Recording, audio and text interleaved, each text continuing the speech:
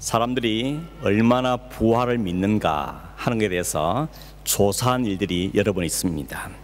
한 가지 예로 2019년 4월 20일자 독일의 슈피겔이라는 잡지에는 구름을 타고 또 하늘로 오르시는 부활하시는 예수님의 그림을 싣고는 거기다가 독일 말로 누가 그것을 믿을까 이런 질문을 달아놓았습니다. 누가 그걸 믿겠냐.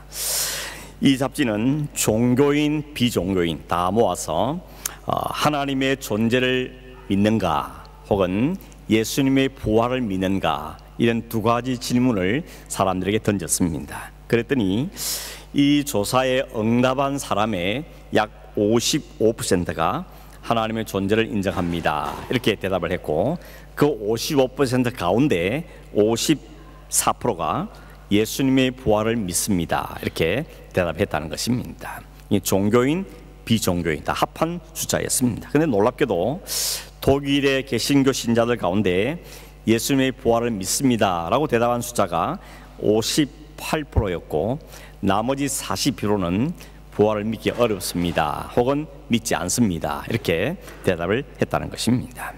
영국 같은 경우도 마찬가지였습니다. 영국 BBC에서 약 10일 동안 2,000명 정도 사람들에게 전화를 걸어서 조사를 해보았더니 응답한 사람의 50%가 예수님의 부활을 믿습니다 이렇게 대답을 했는데, 특별히 성경에 있는 그대로 성경의 묘사한 그대로 주님이 부활하셨습니다 라고 믿는 사람들은 자기가 그리스도인으로 밝힌 사람 중에서도 3분의 1 정도밖에 안 되었다 이런 보고가 나와 있습니다. 예수님께서 가이사라 빌립보에 가셨을 때 제자들에게 물었죠. 마태복음 16장 13절에 보면 사람들이 나를 누구라 하느냐라고 묻습니다. 그랬더니 제자들 대답이 어떤 사람은 세례요한이 살아났습니다, 어떤 사람은 엘리야가 내려왔습니다, 어떤 사람은 예레미야나 혹은 선지자 중에 한 명입니다 이렇게 대답을 합니다 라고 말을 하니까 예수님께서 제자들에게 뭐라 그랬습니까? 마태복음 16장 15절에 보면 너희는 나를 누구라 하느냐라고 묻습니다. 세상이 나를 뭐라 하느냐 혹은 사람들이 나를 뭐라고 하느냐 보다 더 중요한 것은 너희는 나를 누구라 하느냐. 오늘 여러분은 예수님을 누구라 하느냐, 예수님의 부활을 분명히 믿는가 하는 질문을 주님께서 던지셨던 것입니다. 오늘도 주님께서 우리에게 물으십니다. 여러분 정직하게 또 소리는 안 내더라도 마음으로 정직하게 대답해 보시길 바랍니다. 여러분은 예수님의 부활을 온전히 믿느냐 하는 것입니다. 어떤 사람들은 예수님의 부활을 믿는 걸 참 어려워합니다. 왜냐하면 우리의 겪고 사는 상식과 다르기 때문에 그렇죠. 사람이 죽으면 죽음이 끝난 거지 무슨 부활을 또 이야기하느냐. 우리의 상식은 맞지 않다는 생각 때문에 예수님의 부활을 믿는 것을 쉽게 생각하지를 못합니다. 그래서 어떤 분들은 어떤 말을 하면 예수님의 부활이라는 것이 우리 몸이 부활하는 것이 아니고 그 부활의 정신이 중요한 게 아니겠냐. 정신의 부활을 강조하는 사람들이 많습니다. 소위 종교학자나 혹은 신학자로 하는 사람들 가운데도 이 몸의 부활보다는 정신의 부활, 부활의 정신이 중요하다 이렇게 말하는 사람들이 상당히 많다는 것입니다. 제자들이 예수님과 3년이나 같이 있었는데 그 예수님 죽어버리니까 너무 예수님이 그립기도 하고 또 안타깝기도 하니까 예수님이 마치 다시 살아난 것처럼 생각하고 착각한 게 아니겠는가 이렇게 주장을 하는 사람들이 있다는 것입니다. 뿐만 아니라 기독교를 비판하는 사람들은 너희들 기독교 안에 무슨 부활의 믿음이 있냐, 자기 교회 건물 크게 짓고 사람 수 많이 모으고 헌금 많이 하고 여기만 온통 관심이 있지 정말 예수님이 실제는 그 부활의 정신이 너희들 있냐, 그러면서 부활의 몸의 부활 따지기 전에 정신의 부활, 그 부활의 정신을 갖춰라 이렇게 비판하는 사람들도 상당히 많습니다. 때로는 우리가 그런 비판은 좀 따갑게 들어야 되죠. 우리 안에 이 주님의 부활의 정신, 그 부활하신 주님의 삶이 우리 가운데 드러나지 못하는 것 때문에 당하는 이런 비판은 달게 받아야 한다는 생각을 하게 됩니다. 그러나 그렇다고 해서 주님의 부활을 부정하고 몸의 부활이 아니다, 정신의 부활이다 이렇게 말하는 데서도 우리는 받아들이기가 어려운 것입니다. 왜냐하면 이런 복음이라는 게 가장 핵심이 뭡니까? 결국 십자가와 부활이 복음의 핵심이 아닙니까? 그런데 그 부활을 몸의 부활이 아니다, 정신의 부활이다 이렇게 말해버리면 복음을 거부하는 게 되기 때문에 그 말은 받아들이기가 어려운 것입니다. 또 어떤 사람들은 예수님의 시체를 훔쳐간 다음에 제자들이 훔쳐가 놓고는 주님이 부활한 거라고 거짓말한 거다 이렇게 생각하거나 이렇게 몰아가려는 사람도 상당히 많았습니다. 오늘 성경에도 28절에 보면 그런 사람들이 등장하고 있는 것입니다. 언젠가 한번 말씀드렸던 찰스 콜슨에 대한 이야기를 좀 다시 해보려고 그러는데, 여러분 찰스 콜슨이라는 이름은 몰라도 워터게이트 사건은 다 아실 겁니다. 1972년도에 미국 대통령 선거가 있기 직전에 당시 대통령 닉슨이던 그 진영에서 상대방 당의 선거본부였던 워터게이트 호텔에다가 도청 장치를 설치했죠. 그러다 그게 발각이 났은 것입니다. 온 미국이 발칵 뒤집혔는데 사람들의 최고의 관심이 어디 있는가 하면 과연 닉슨 대통령이 이것을 알았느냐 몰랐느냐 하는데 모든 관심이 쏠렸습니다. 그 대통령을 둘러싸고 있는 소위 7세 7인이 있었는데 그 7명이 모여서 의논을 한 겁니다. 이걸 어떻게 할 것인가. 우리는 절대 대통령은 몰랐다라고 말하기로 서로 입을 맞추고 있습니다. 그 중에 한 사람이 바로 찰스 콜슨인데, 이 사람이 당시 이 대통령의 법률 특별 고문이었습니다. 이 7명이 모여가지고 절대 이런 발설하면 안 된다라고 물었는데, 그러나 몇 달이 못해서 이런 다 드러나고 말았죠. 이 일 때문에 결국 대통령이 자리에서 내려오는 일이 벌어졌던 그 사건이 바로 워터게이트 사건인데, 찰스 콜슨도 결국 이 일 때문에 감옥에 들어가게 되는 것입니다. 그리고 그 감옥에서 그리스도를 만나고 예수를 믿게 되십니다. 그런 다음에 그 감옥 나온 다음에는 감옥에 갇혀있는 그 재수자들을 위해서 선교하는 일에 헌신하다가 세상을 떠났습니다. 이분이 이런 말을 한 것이 기록되어 있습니다. 이렇게 말했습니다. 나를 포함한 7명은 비밀을 철저하게 유지하면 엄청난 부와 권력과 미국뿐만 아니라 세계를 움직이는 힘이 보장되어 있었기 때문에 거짓말을 할 이유가 충분히 있었다. 우리 7명은 다 똑똑한 사람들이었고 철저하게 사건을 숨기기 위해서 모든 노력을 다했다. 그렇지만 오래가지 못했다. 왜냐하면 우리의 말은 거짓이었기 때문이다. 이런 이야기를 했던 것입니다. 여러분, 거짓은 오래갈 수가 없는 거죠. 결국 드러날 수밖에 없다는 것입니다. 그 콜슨이 나중에 예수님의 부활에 대해서도 몇 마디 했는데 이런 말들을 했습니다.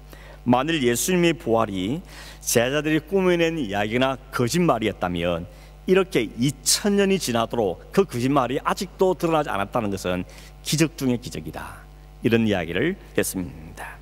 콜슨은 자기의 경험에 비추어서 우리는 7명이 입을 맞추고 이 비밀을 지키기 위해서 그렇게 애를 써도 몇 달을 못 견뎠는데 7명이 아니라 70명도 아니고 700명이 넘는 사람이 동시에 부활한 예수님을 보았는데, 그래서 이 700명이 다 입을 맞추어서 거짓말을 만들어내고 그 거짓말을 2000년 동안 지켜온다는 것은 그건 있을 수 없는 일이라고 생각했다는 것입니다. 그러니 예수님이 비어있다, 예수님 무덤이 비어있고 예수님 부활했다, 이 말을 했던 그 700명의 사람들은 거의 대부분 다 그 말들 전한 것 때문에 핍박을 받고 고난을 당하고 많은 사람이 순교를 했는데, 그 사람들은 돈이 보장된 것도 아니고 명예나 부가 보장된 것도 아니었는데 뭐 때문에 그 거짓말을 평생 자기 목숨을 바치면서 이 이야기를 했겠느냐고 오히려 묻고 있는 것입니다. 그래서 설명할 수 있는 것은 딱 하나밖에 없는데 그건 사실이기 때문에, 그건 진실이기 때문이었다고 콜슨은 이야기하고 있습니다. 그러면서 이 찰스 콜슨이 마지막 했던 한마디가 참 마음에 와닿는데, 이것은 믿음의 문제이기 전에 논리의 문제다, 이렇게 이야기했습니다. 생각만 잘 해봐도 이거는 우리는 충분히 받을 수 있는 문제다라고 이야기한 것입니다. 물론 여러분, 이게 믿음의 문제죠. 그러나 정말 상식 있는 사람이면, 지식 있는 사람이면 잘 논리적으로 설명만 해도 이게 거짓말일 가능성이 훨씬 더 적다는 것을 이 콜슨은 이야기를 했던 걸 보게 되는 것입니다. 물론 여러분, 이 콜슨이 그런 말을 했는데, 이 예수 그리스도의 무덤이 비어 있고 예수 그리스도의 부활이 사실한 것을 역사적으로 증명하는 또 하나의 예를 들면 빌라도 보고서라는 게 있습니다. 이 빌라도 보고서, 빌라도가 당시 로마 황제의 치하에서 유대의 총독이었죠. 전형적인 군인이었습니다. 그가 이 예루살렘에 유대에 부임한 다음에 군대를 예루살렘에 두물 때문에 유대인들에게 많은 반발을 샀습니다. 2번이나 큰 밀란이 일어났습니다. 이걸 겨우 잠잠케 만들었던 것입니다. 사람들의 여론에 그래서 이 총독은 굉장히 민감합니다. 혹시 무슨 소리가 없는가, 사람들이 어떻게 생각하는가, 여기에 대해서 굉장히 예민한 사람이었는데 바로 그런 시기에 예수님에 대한 재판을 하게 되었고, 군중들이 들고 일어나서 예수를 못 박는 그 소리 때문에 어쩔 수 없이 자기는 분명히 죄가 없어 보이는데도 불구하고 그 군중이 또다시 밀란 일으킬까 봐 너무 걱정이 돼서 정치적인 판단을 내리고 예수를 십자가에 못 박으러 내어주고 말았던 것입니다. 이 일을 한 다음에 빌라도가 로마에 있는 황제에게 보고서를 보낸 겁니다. 그 보고서의 타이틀이 뭔가 하면 예수의 체포와 신문 및 청에 관하여 가이사에게 보낸 빌라도의 보고서, 이런 타이틀로 보고서를 보냈는데, 이 보고서가 지금도 터키에 있는 성 소피아 박물관에 보존이 되어 있다고 이야기합니다. 그 보고서가 이렇게 시작됩니다. 제가 읽어드리면, 각하께 문안드립니다. 제가 다스리는 지역에서 최근 수년 동안에 일어난 사건은 나라의 운명까지도 변하게 할지도 모르는 일이기에 각하께 소상하게 알려드리려고 합니다.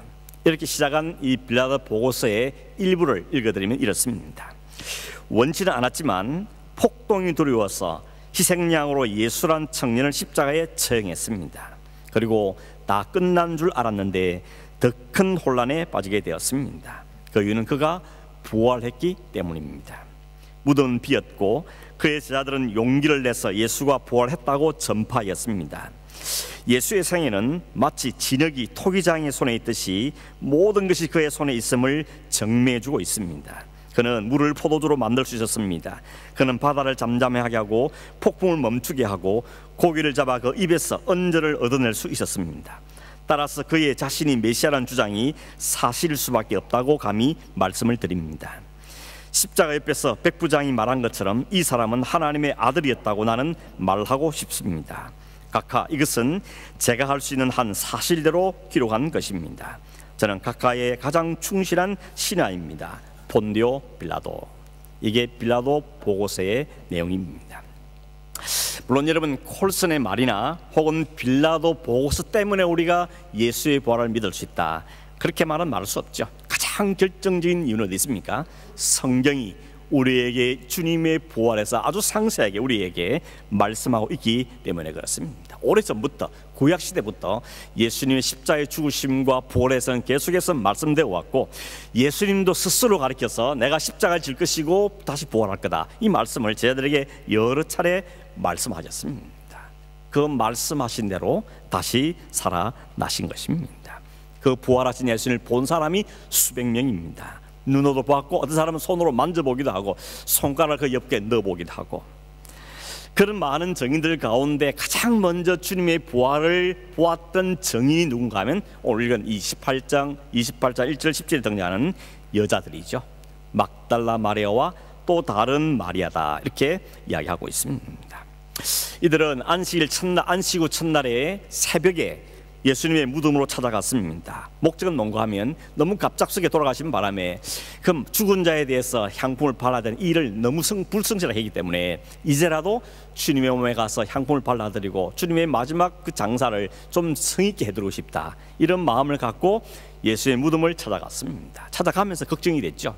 그 큰 돌이 그 무덤문을 막고 있을 텐데 그 돌을 누가 옮겨줄 것인가, 이런 근심을 하면서 이 여자들이 올라갔습니다. 근데 가보니까 놀라운 일이 벌어졌었죠. 그 굳게 닿고 있던 그 돌이 그 문을 굴러가져 있고 천사가 그 돌 위에 앉아 있는 것입니다. 마태는 그걸 설명하기를 그 앞에 천사가 하늘에 내려와서 그 돌문을 굴려서 문을 연 다음에 그 위에 천사가 앉아 있는 것이라고 우리에게 설명을 해주고 있습니다. 그런데 여러분, 그 전날 무덤을 막고 있는 돌이 굴러갔다는 이 사실은 부활의 주님을 막을 수 없다는 이야기인데, 사실은 그 전날 이 대상과 이 바리새인들이 빌라도를 찾아갑니다. 그런 다음에 이렇게 말하죠. 그 예수가 생전에 자기가 죽고 나면 사흘 만에 다시 산다는 말을 여러 번 했기 때문에 신경이 많이 씁니다. 당신께서 군대를 동원해서 적어도 사흘만이라도 군대를 동원해서 그 문을 꼭 지켜주십시오. 혹시라도 쟤들이 와가지고 시체를 훔쳐간 다음에 마치 예수님이 부활했다고 거짓말을 할 가능성이 있습니다. 이런 이야기를 했다는 것입니다. 여러분, 대상과 이 바리새인들은 성경을 잘 아는 사람들이죠.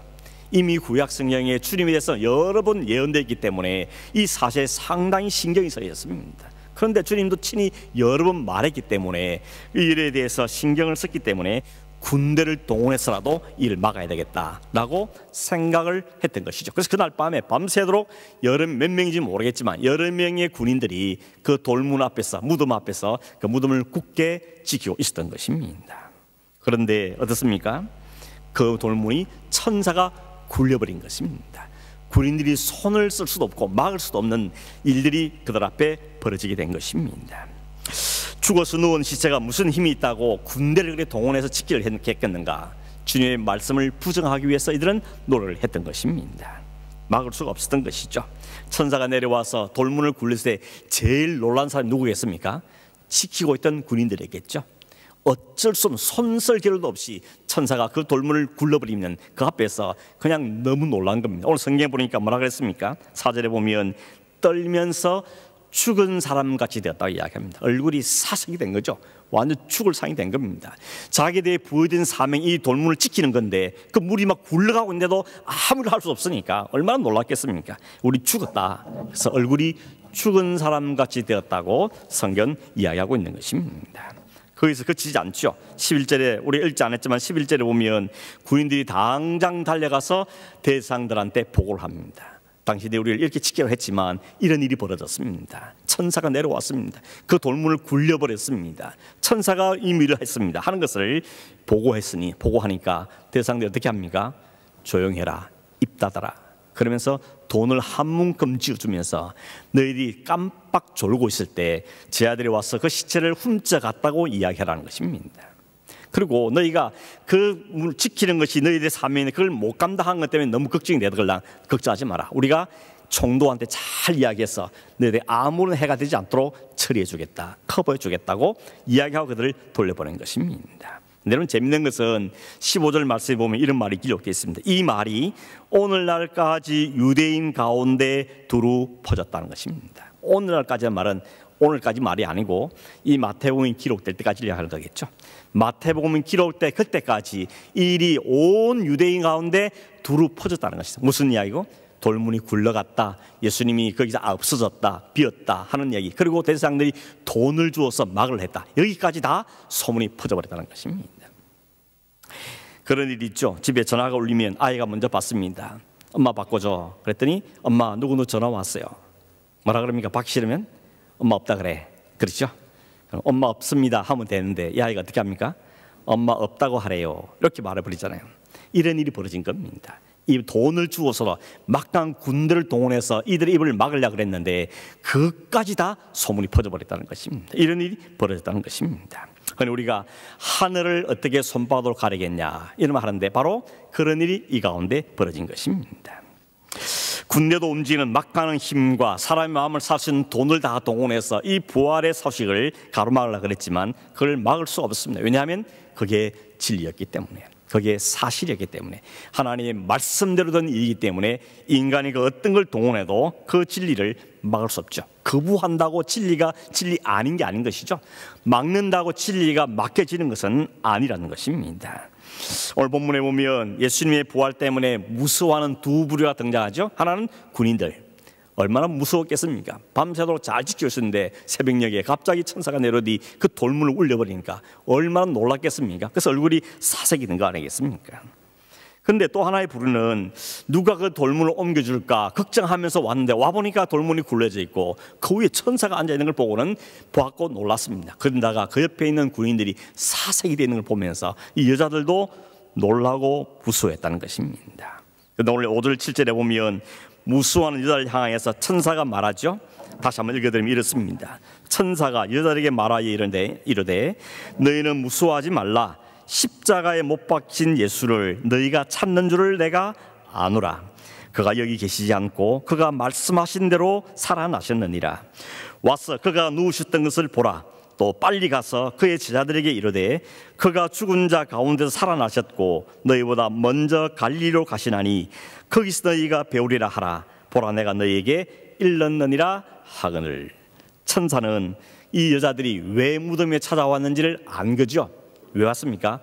죽은 예수님 만나기 위해서. 예수님의 죽음, 시체를 보기 위해서 왔던 겁니다. 그러나 천사가 말하죠. 너희들이 찾는 그 죽은 예수는 없다는 겁니다. 그 예수님이 다시 살아나시기 때문에 그 시체는 더 이상 볼 수가 없다. 와보라. 비어있는 자리와 빈 무덤을 보라, 확인해보라고 천사들이 이야기하죠.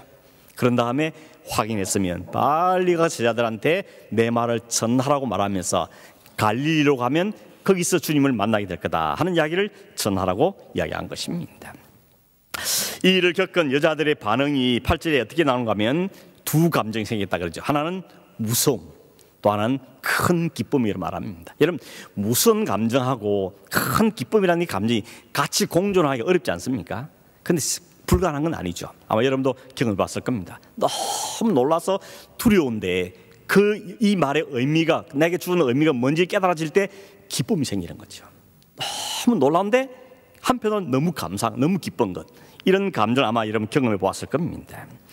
그들 앞에 벌어진 그 사실을 보면서는 도무지 믿기지 않는 일 때문에 그것을 놀랐지만, 그러나 주님이 부활했던 그 의미라는 걸 깨닫게 되면서 그들은 그 안에 큰 기쁨이 동시에 생겼다는 것입니다. 어떻게 이런 일이, 이런 거죠. 그러니까 무서웠다마는 정말 공포를 느낀 게 아니고 놀랐다는 의미가 있죠. 너무 놀라서 그렇게 정신이 못 차리고 있는데 그 말의 의미를 천사가 설명해 줄 때 마음에 큰 기쁨이 찾아왔다는 것입니다. 8절에 보면 제자들에게 그 말을 알리기 위해서 열심히 달려가고 있는데 그 앞에 누가 나타납니까? 진짜 부활하신 예수님이 여자들 앞에 나타나셨습니다. 그러고는 인사죠. 샬롬이라고 인사합니다. 평안하냐, 평안을 이야기하고 있습니다. 그리고는 천사 했던 말을 주님이 그대로 다시 한번 반복하죠.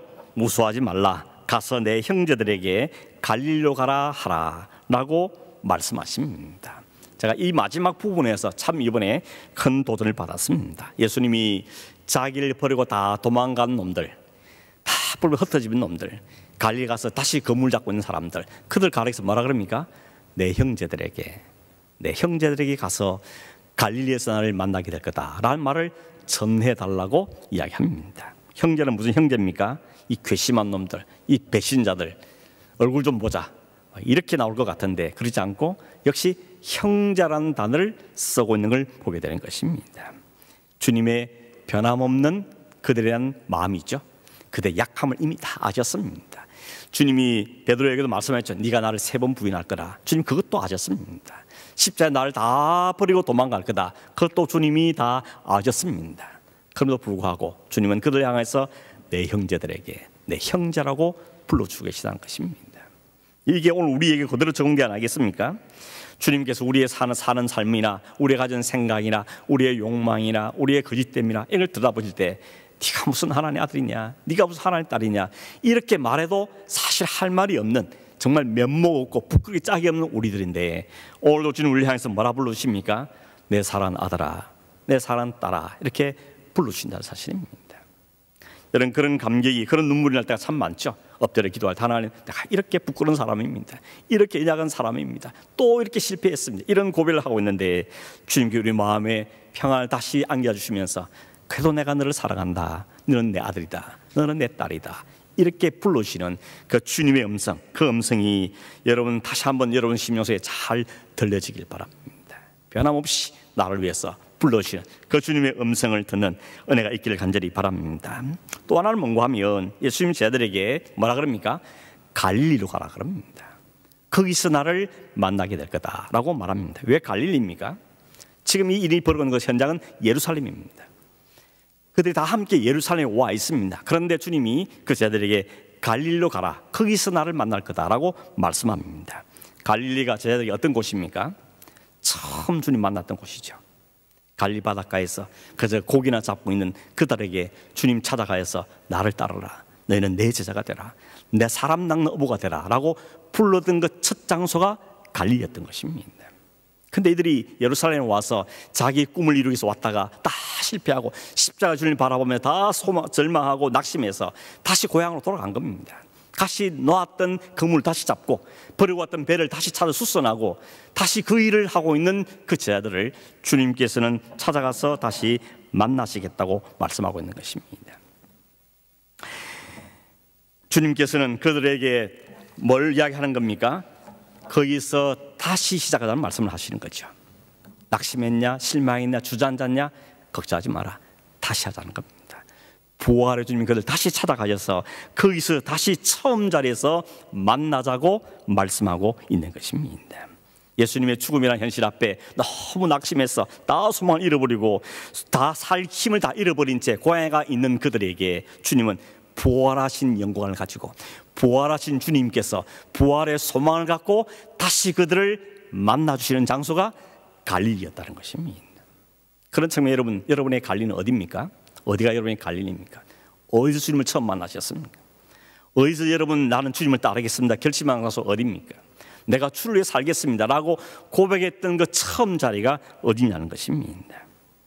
그렇게 시작했지만 살다 보니까 이 백성들이 그랬던 것처럼 이 제자들이 그랬던 것처럼 짓눌리고 죽음과 사망의 그늘에 다시 앉아서 지배당한 채 한숨과 좌절과 걱정에 살아가는 그 제자들에게 다시 만나주고 말했던 그 갈릴리가 오늘 우리에게는 거기가 어디냐는 것입니다.